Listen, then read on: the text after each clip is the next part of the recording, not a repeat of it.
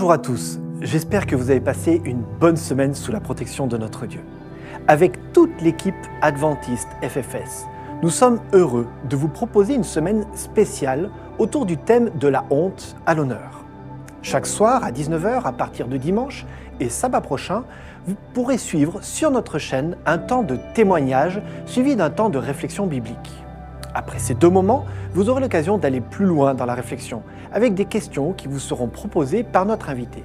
Justement, en parlant de notre invité, je vous le présente. Il s'agit du pasteur Claude Richely, qui est originaire de Suisse, où il a exercé une partie de son ministère pastoral. Il est actuellement basé aux États-Unis. Plus exactement, il est au siège mondial de la Conférence générale des Églises adventistes du 7e jour. Il y occupe la fonction de secrétaire adjoint. Ce terme signifie qu'il est un des bras droits du secrétaire général de la Conférence générale et il voyage dans le monde entier, particulièrement en Asie et au Moyen-Orient, pour structurer l'Église adventiste. Son don spirituel est l'organisation et l'administration. Mais comme tout pasteur, il est avant tout un passionné de l'Évangile, la bonne nouvelle. Nous le remercions chaleureusement d'être avec nous pour partager de manière authentique à la fois son parcours personnel, son parcours de foi et ses réflexions autour du fil d'Ariane qui traverse la Bible. Aujourd'hui, il nous parlera de la joie, premier fil et finalement fil conducteur principal de la Bible.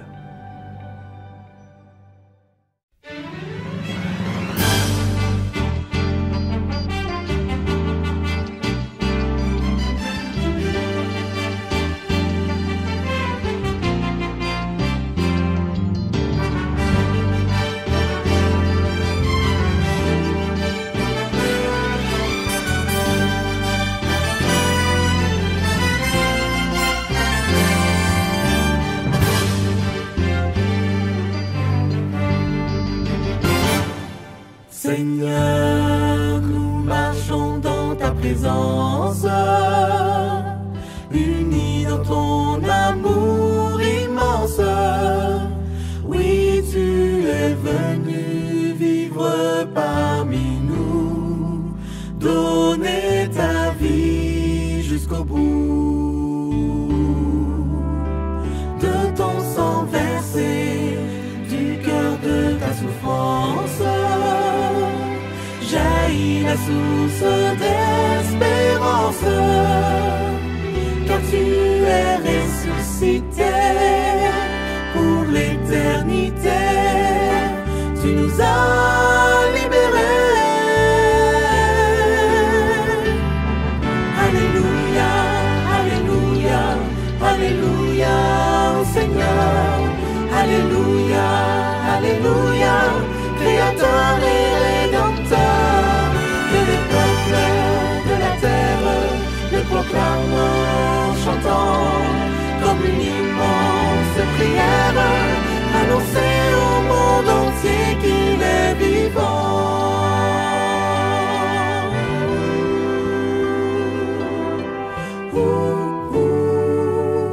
Seigneur, par toi nous sommes purifiés, pardonnés et transformés. Tu nous adoptes comme tes enfants. Rends-nous fidèles et patients. Nous avons besoin de ton esprit pour nous guider, pour annoncer au monde entier que Jésus va revenir, que le ciel va s'ouvrir sur un autre avenir. Alléluia, alléluia, alléluia au Seigneur. Alléluia, alléluia, Créateur et Rédempteur. Que les peuples de la terre le proclament en chantant comme une immense prière, annoncer au monde entier qu'il est vivant. Annoncer au monde entier qu'il est vivant. Le Seigneur est vivant.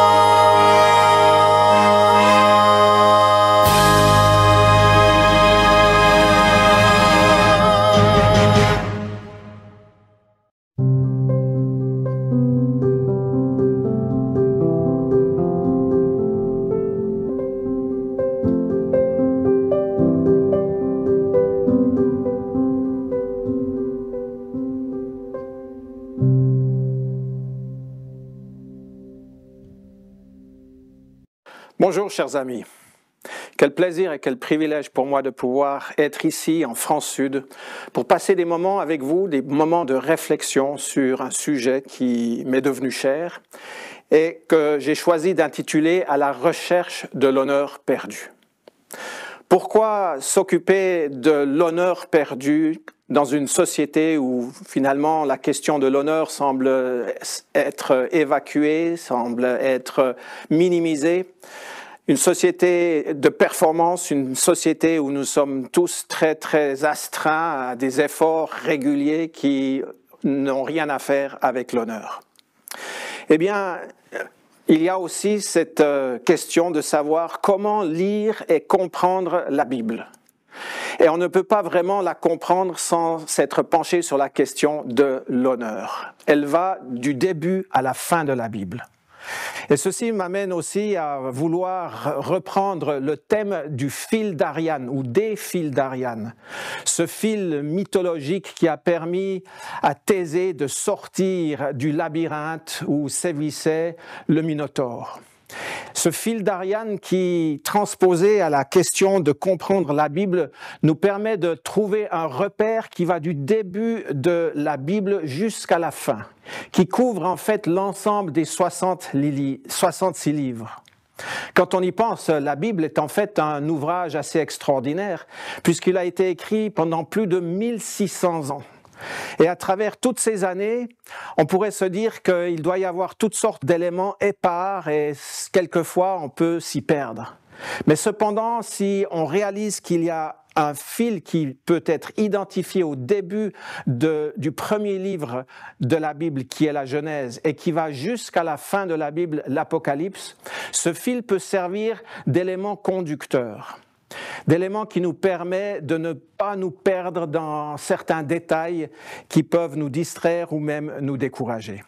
Et c'est la raison pour laquelle je me permets de commencer aujourd'hui avec un fil qui m'a été particulièrement utile, qui m'a vraiment soutenu, et je vous fais part ici aussi d'un chemin personnel, un cheminement personnel que j'ai entrepris à travers les dernières années et en particulier aussi à travers les derniers 12 mois.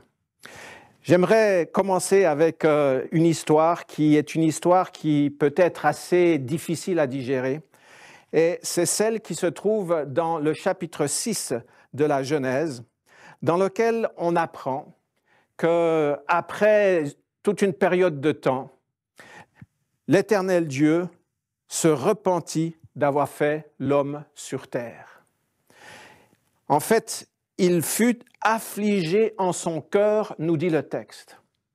Cette expression m'a vraiment interloqué, m'a vraiment même choqué à un certain moment, lorsque je me suis dit, mais comment ça se fait que Dieu puisse en arriver à être accablé, à être affligé?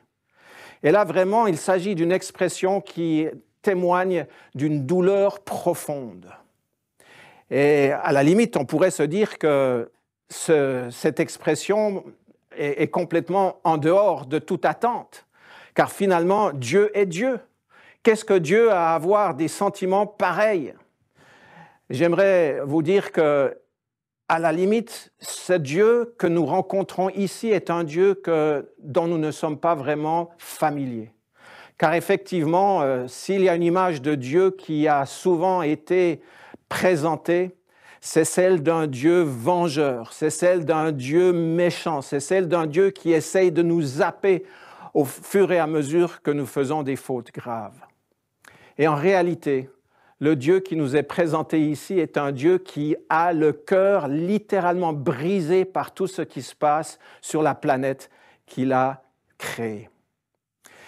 Je pense que nous tous avons fait nos expériences dans la vie où nous avons eu le cœur brisé. À partir des premiers amours qui ont été déçus, les grandes déceptions sentimentales, jusqu'au moment où peut-être un fils ou une fille nous a profondément blessés et nous a laissés avec le cœur brisé, nous savons ce que c'est qu'avoir un cœur brisé. Et à partir du moment où ce Dieu nous est présenté dans la Bible comme étant un Dieu qui peut avoir le cœur brisé parce que ce qui se passe sur la terre ne correspond pas du tout à son attente, Peut-être qu'on peut se rapprocher de ce Dieu ou peut-être savoir qu'il nous comprend aussi par rapport à nos problèmes et à nos tensions personnelles.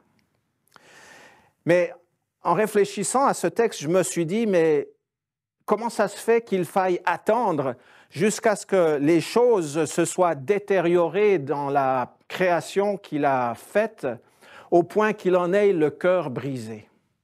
Dans les premiers chapitres de la Genèse, et particulièrement au chapitre 3, on découvre un Dieu qui semble être très sévère. Il administre un jugement. Et à partir de là, je me suis dit, mais y a-t-il autre chose dans ces chapitres? Si le chapitre 6 nous témoigne d'un Dieu affligé, accablé, si le chapitre 3 nous témoigne d'un Dieu sévère, d'un Dieu qui se fait juge, y aurait-il autre chose? Peut-être l'opposé, le contraste entre l'affliction et ça serait quoi? Ça serait la joie. Et je me suis dit, relisons les premiers chapitres de la Genèse. Et là, ça n'a pas pris beaucoup de temps pour que je me rende compte que la lecture que j'avais faite du premier chapitre de la Genèse était en fait une lecture superficielle, une lecture qui réduit ce qui s'est passé là à un élément qui est plutôt celui d'une fiche de contrôle de qualité. Car s'il y a une expression qui revient systématiquement à travers le premier chapitre de la Genèse, c'est celui qui dit que Dieu vit que cela était bon. Alors, le premier chapitre de la Genèse, il faut le mettre aussi en contexte pour nos auditeurs, c'est le chapitre où Dieu crée la terre et tout ce qui est contenu. Pendant 6 jours, il se dévoue à cette œuvre créatrice. Et à la fin du 3e jour, il est dit que Dieu vit que cela était bon. Et cette expression, elle revient 5 fois à travers les premiers jours de la Genèse. Dieu vit que cela était bon. Moi, j'ai grandi en Suisse, dans un pays où on prise la qualité des objets bien faits, des objets qui sont à la mesure de la perfection. Il n'y a qu'à penser aux montres suisses, par exemple, qui sont peut-être le symbole de la perfection mécanique. Et je me suis dit donc, quand Dieu vit que c'est bon, ça veut dire qu'il est là à mettre une coche ou une croix sur une liste de qualités qui doivent être réunies pour que la création fonctionne. Alors il passe d'un jour à l'autre, il regarde et il dit « Ok, c'est bon, prochain, c'est bon, prochain jour, c'est bon, prochain jour, c'est bon ». Et cela va jusqu'au 6e jour, quand finalement il dit que tout cela était très bon. Ce qui représente le sceau de la qualité parfaite. Mais en réfléchissant à cette expression que Dieu vit que cela était bon, de la part d'un créateur, il doit y avoir un autre sentiment que cela reflète. Et ce sentiment, je dois dire qu'il évoque ce que chacun d'entre nous connaît lorsque nous nous lançons dans une œuvre créatrice. Ça commence avec les enfants. Lorsqu'ils sont tout jeunes, ils commencent à gribouiller sur une feuille blanche et ça ne dure pas longtemps qu'ils viennent vous voir en tant que parents et ils disent, comme ma fille l'avait dit à l'époque, « Papa, regarde mon dessin, qu'est-ce qu'il est beau !» Il y a une joie qui commence dès la tendre enfance, dès qu'on commence à faire une œuvre de création. Et il n'y a pas besoin de réfléchir bien loin pour se rendre compte que chaque fois que nous entreprenons une œuvre qui porte à créer quelque chose de nouveau, il y a un sentiment de fierté, mais aussi un sentiment de joie, à savoir on veut pouvoir partager cela avec d'autres. La Bible nous fait la description d'un Dieu qui nous a créés à son image. Et si Dieu nous a créés à son image et que nous savons profiter de ce moment de création et jouir de ce moment de joie à partir de ce que nous avons fait, certainement que Dieu lui aussi a dû vivre cette expérience. Et à partir de là, je me suis dit, mais si on relit ces passages dans cette optique, ça provoque toute une autre dynamique. Et cette dynamique, c'est la suivante, qu'à partir du 3e jour, quand Dieu dit qu'il vit que c'était bon, ça a été non pas simplement une coche qui a été marquée, mais ça a été une expression de joie. C'est comme de dire « Waouh, qu'est-ce que c'est beau !» Le prochain jour, « Waouh, qu'est-ce que c'est beau !» Et ainsi de suite en crescendo. Jusqu'à ce que finalement la joie de Dieu éclate lorsqu'il dit que tout ça était très bon. On trouve ça dans le 1er chapitre de la Genèse, au verset 31. Dieu vit que cela était très bon. Le sceau de la perfection fait que maintenant il peut se réjouir, mais il ne se réjouit pas tout seul. Et ça, c'est une autre chose que l'on découvre en parcourant les pages de la Bible. Et je vous invite à trouver un texte qui se trouve dans le livre de Job. Job, au chapitre 38, nous fait part du fait que la création de la terre sur laquelle nous vivons n'a pas été faite dans le vide, c'est-à-dire dans l'anonymat ou sans aucun autre personnage pour en être le témoin, car Dieu pose la question à Job en lui disant « Où étais-tu quand je fondais la terre ?» Verset 7, « Alors que les étoiles du matin éclataient en chants d'allégresse et que tous les fils de Dieu poussaient des cris de joie. » Nous découvrons ici qu'il y avait des spectateurs, il y avait des témoins de l'œuvre créatrice de Dieu. Ces témoins sont identifiés ici comme étant les étoiles du matin, qui est une expression poétique pour dire les anges, ainsi que les fils de Dieu, c'est-à-dire les autres personnages de l'univers que Dieu avait créé avant nous.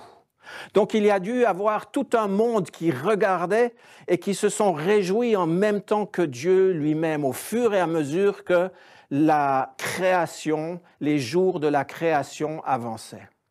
Et donc à partir de là, on se rend compte qu'il y a une autre dynamique qui a dû régner au début du récit biblique. C'est celle d'une joie qui va jusqu'à l'abondance, jusqu'à l'exultation. J'ai ma pensée à ce crescendo qui va d'aller de dire « Waouh, c'est bien », aller jusqu'à « Waouh, c'est génial ». Vous me suivez? Je m'imaginais jusqu'à récemment que la création s'était faite comme je le disais, dans un sens anonyme, dans un coin, sans personne pour l'observer. Et ça a marqué toute ma vie, à savoir que Dieu est là, il bricole quelque chose, il fait quelque chose, ensuite il crée l'homme et la femme, il les place dans le paradis et ensuite, débrouillez-vous. Mais non, il ne s'agit pas de cela du tout. Il s'agit d'un acte qui a été fait au regard de toute une création, de tout un univers, un acte qui a été fait dans la joie la plus profonde, celle du Créateur, celle de celui qui sait créer quelque chose de beau. Je me souviens avoir été le témoin d'une cérémonie ou d'un événement qui marquait l'anniversaire d'une institution.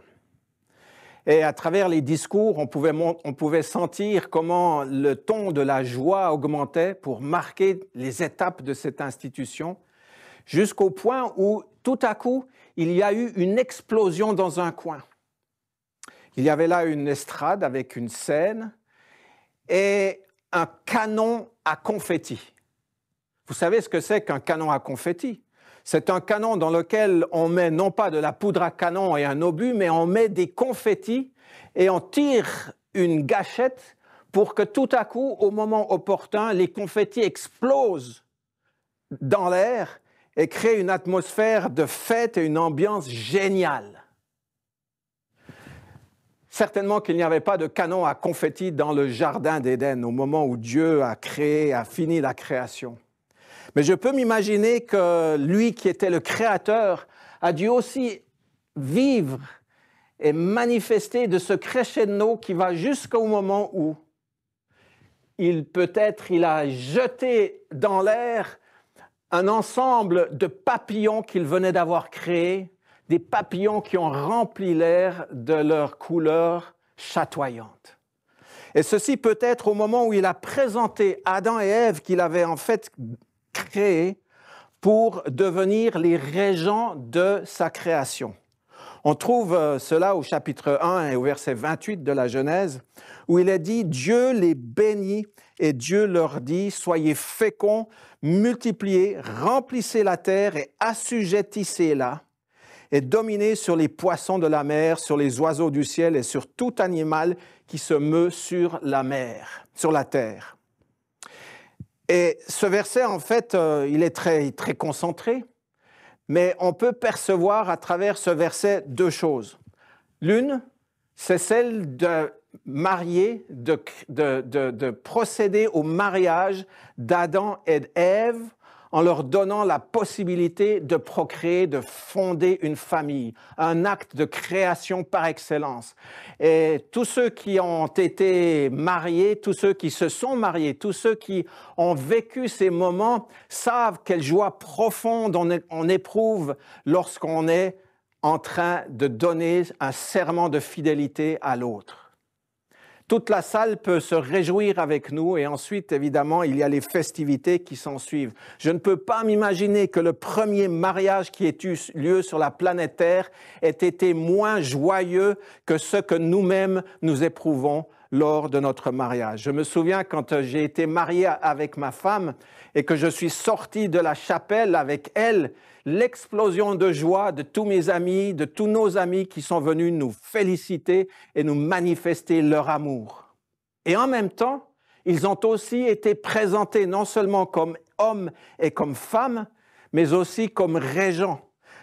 Il est dit qu'ils ont été mandatés avec le commandement de dominer sur la création, c'est-à-dire ils étaient les régents d'une magnifique création qu'ils avaient reçue des mains de Dieu. Donc tout cela parle d'une immense joie, d'une joie qui a dû exploser d'une façon extraordinaire qu'on ne peut même pas s'imaginer. Donc voici, j'ai campé, si vous voulez, l'image d'un Dieu qui est bien loin de cette image avec laquelle nous avons peut-être grandi, une image que l'Église nous a témoigné, nous a manifestée ou nous a montré à travers les siècles, celle d'un Dieu sévère, celle d'un Dieu qui va juger, mais plutôt l'idée d'un Dieu qui part dans la joie pour créer quelque chose d'absolument merveilleux et tout le monde se réjouit. Mais malheureusement, nous savons que l'histoire ne s'arrête pas là. Qu'au contraire, à partir du chapitre 3, il y a l'entrée du péché dans le monde que nous appelons aussi la chute. Et cette chute a amené une consternation et une douleur dans le cœur de Dieu qui se manifeste à travers l'écriture que nous avons lue tout à l'heure, où Dieu fut affligé, où le mot « accablé » serait aussi approprié. Un Dieu donc qui passe de la joie la plus profonde à l'accablement le plus grave. Pourquoi est-ce que je commence cette série à partir de cette histoire de la création dans la joie? C'est parce que ceci nous ancre dans une recherche de la joie qui se poursuit à travers tous les livres de la Bible, à travers les livres des évangiles et qui va jusqu'à la fin. En d'autres termes, l'histoire que nous avons dans ce livre, un livre dense, un livre touffu, un livre qui, comme je l'ai dit auparavant, est quelquefois difficile à comprendre, où il est facile de se perdre dans les méandres. Ce livre, en fait, rapporte le plan que Dieu a mis en œuvre pour retrouver et pour recréer la joie que nous avions perdue. La joie qu'il a perdue, mais aussi la joie que nous-mêmes nous perdons. Car nous tous, nous vivons dans un monde qui est fracturé. Un monde où les bulletins de nouvelles quotidiens nous accablent. La joie que nous avons éprouvée peut-être au moment où nous nous sommes mariés, ou encore au moment où nous avons reçu dans les bras notre premier enfant, eh bien, cette joie, ça fait malheureusement longtemps qu'on l'a oubliée, n'est-ce pas? Il y a les soucis de la vie, il y a les injustices qu'on vit, il y a les contrariétés, il y a les déceptions. Nous sommes au fin fond de nous-mêmes toujours en recherche de joie. Malheureusement, nous confondons souvent la joie et le plaisir. Le plaisir, c'est quelque chose de très temporaire, qu'on peut trouver dans certaines substances, dans certaines actions, dans certaines activités, mais elles ne durent pas. La joie dont l'Évangile nous parle, c'est une joie qui perdure. Et en fait, tout ce livre-là est ancré dans l'histoire de celui qui est venu de la part du ciel pour nous rendre la joie. Le livre commence dans la joie, comme je vais vous le montrer dans un moment, il finit dans la joie, et un des plus beaux passages de ce livre, qui se trouve dans les évangiles, c'est l'annonciation des anges aux bergers.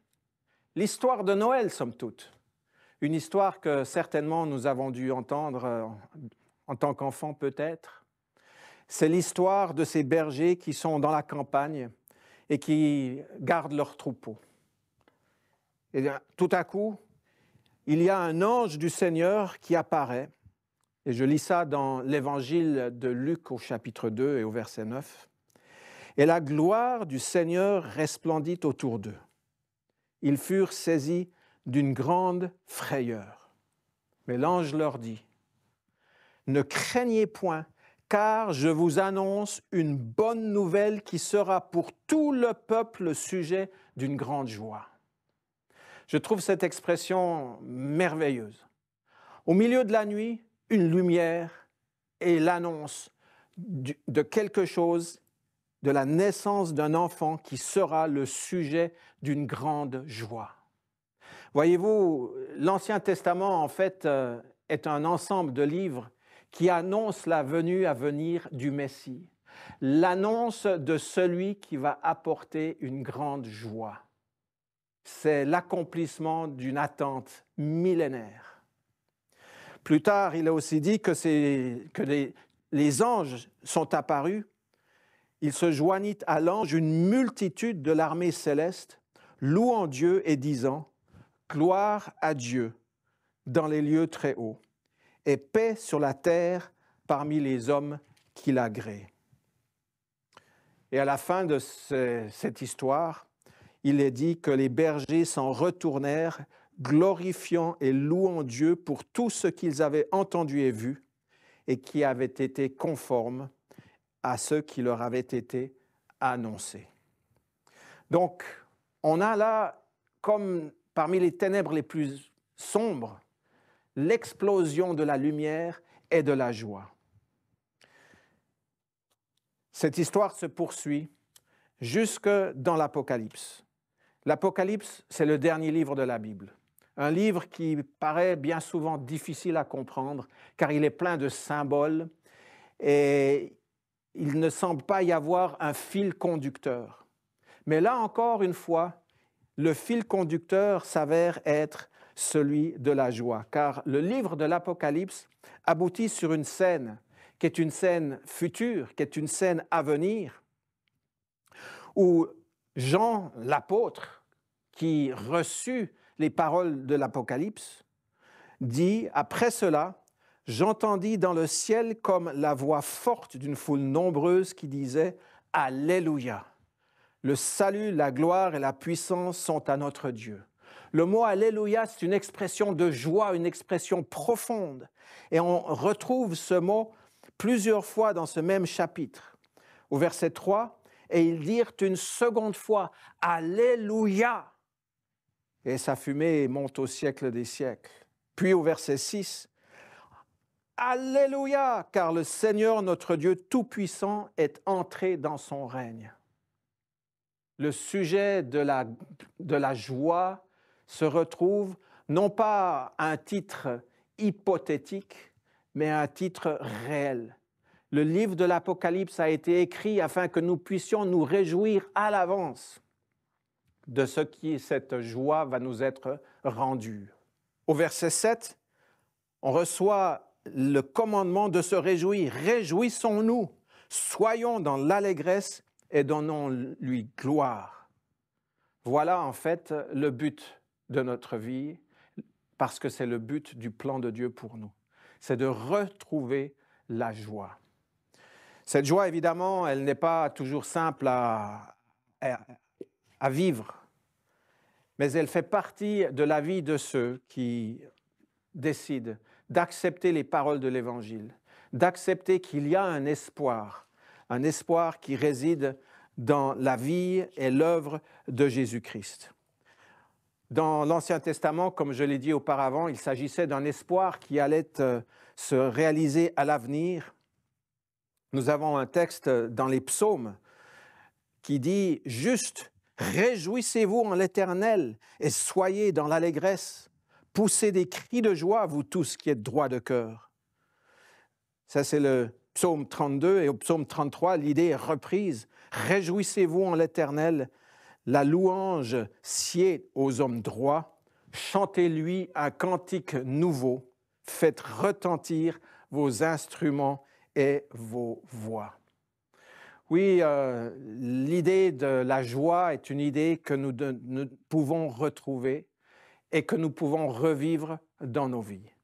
Nous allons en parler à travers les jours qui vont venir, mais n'oublions pas que si nous ouvrons les pages de la Bible, ce n'est pas pour nous trouver confrontés à toutes sortes de problèmes techniques, théologiques ou philosophiques, c'est vraiment pour retrouver l'assurance que Dieu a tout mis en œuvre afin que la joie puisse être remise là où elle siège, à savoir dans les cœurs de ceux qui acceptent le plan de Dieu pour eux, le plan de retrouver la paix et l'harmonie et la joie.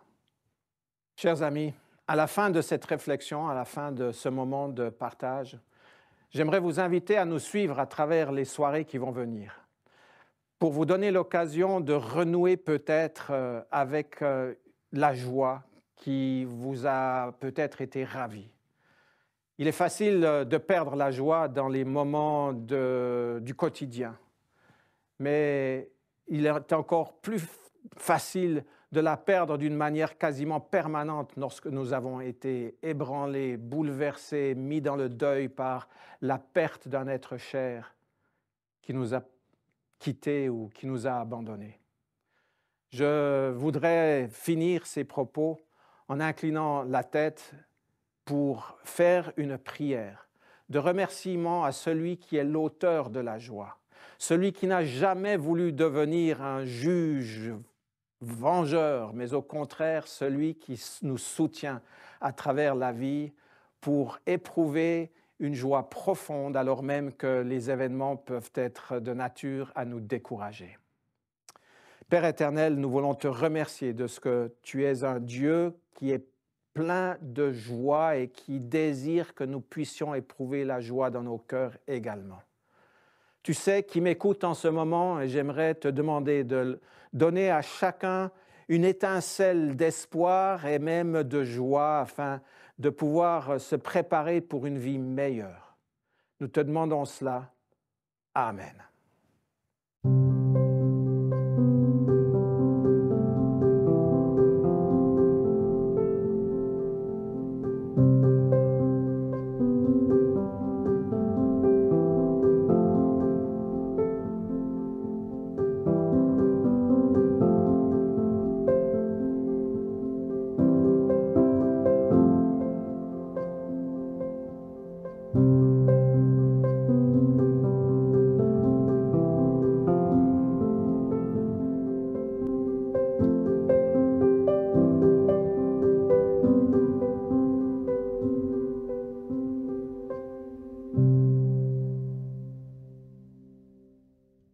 Merci au pasteur Claude Richely pour ce partage qui nous invite à lire la Bible et surtout la comprendre dans une perspective de joie, interrompue mais bientôt retrouvée. Nous vous rappelons que nous le retrouverons tous les soirs à 19h sur notre chaîne Adventiste FFS pour poursuivre notre réflexion de la honte à l'honneur, le fil d'Ariane. Si vous ne voulez manquer aucun de ces programmes, nous vous invitons à vous abonner de suite à notre chaîne Adventiste FFS et activer la petite cloche de rappel. N'hésitez pas non plus à partager ce programme avec vos amis.